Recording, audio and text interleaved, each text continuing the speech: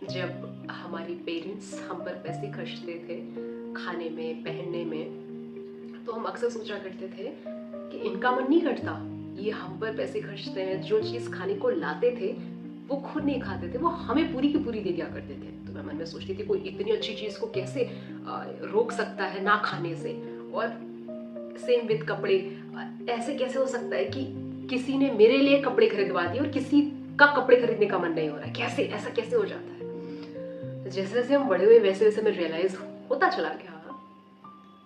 कि जब हम किसी पर पैसे खर्चते हैं, किसी पर मतलब जिससे हम बहुत प्यार करते हैं, तो हाँ ऐसा होता है जैसा उनके साथ तब होता था जब हम उनके लिए बच्चे थे, कि जब वो हमें खिलाते थे तो उन्हें सुकून मिलता था, जब वो हमारे लिए कपड़े खरीदते थे, हमारी फरमाइशें पूरी करते थे तो उन्हें सुकून मिलता था। द सेम वे आज जब उनके लिए बहुत छोटी छोटी सी चीज़ है, लाइक बहुत छोटी सी चीज़, बहुत छोटी 100 रुपए के लिए भी,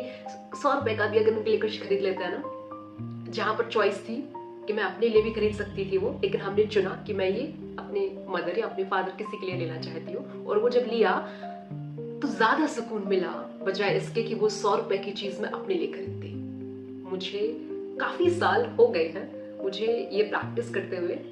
पता नहीं ऐसा कैसे होता है कि मैं जब भी मार्केट जाती हूँ, कहीं भी जाती हूँ, मैंने बहुत कुछ आज बड़ी बड़ी चीज़ें तो नहीं गिफ्ट की हैं, पर मैं 100 रुपए की उधार दे रही हूँ क्योंकि मैं इतनी ही खर्च करती हूँ, 100 से 500 या मैक्सिमम 1000 के भीतर वाली चीज़ें, ठीक है। तो मेरे पास हमेशा चॉइस होती है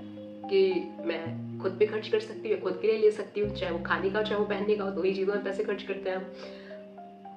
लेकिन मैं चूज करती हूँ, चूज नहीं, वो ऑटोमेटिकली ध्यान उधर जाता है कि ये ले लेता है मम्मी के लिए, ये ले लेता है पापा के लिए, ये ले लेते हैं अपने चाहने वालों के लिए जिनको भी आप प्यार करते हैं। और आपको अल्टीमेट हैप्पीनेस महसूस होती है। आपको वहां पर ये नहीं लगता कि यार मेरे पास अच्छे जूते नहीं मुझे चाहिए थे और वो मैंने नहीं लिए, या मेरे पास अच्छा कुर्ता नहीं है, या फिर मेरे पास ये नहीं है वो नहीं। जब आप किसी और के लिए कुछ खरीदते हो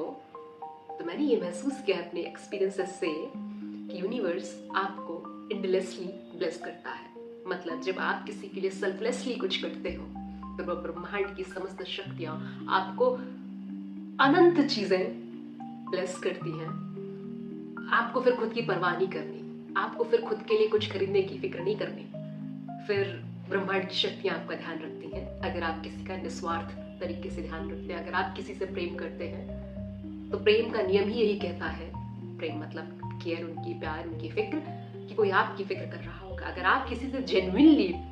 प्यार करते हैं तो ये ब्रह्मांड का नियम है कि कोई ना कोई इस दुनिया में ऐसा होगा जो आपसे जेन्युइनली प्यार कर रहा होगा, और वो आपको सारी चीजें मिलेंगी जो आप किसी के लिए कर रहे हैं सेल्फलेसली। तो फिर आपको आपकी फिक्र नहीं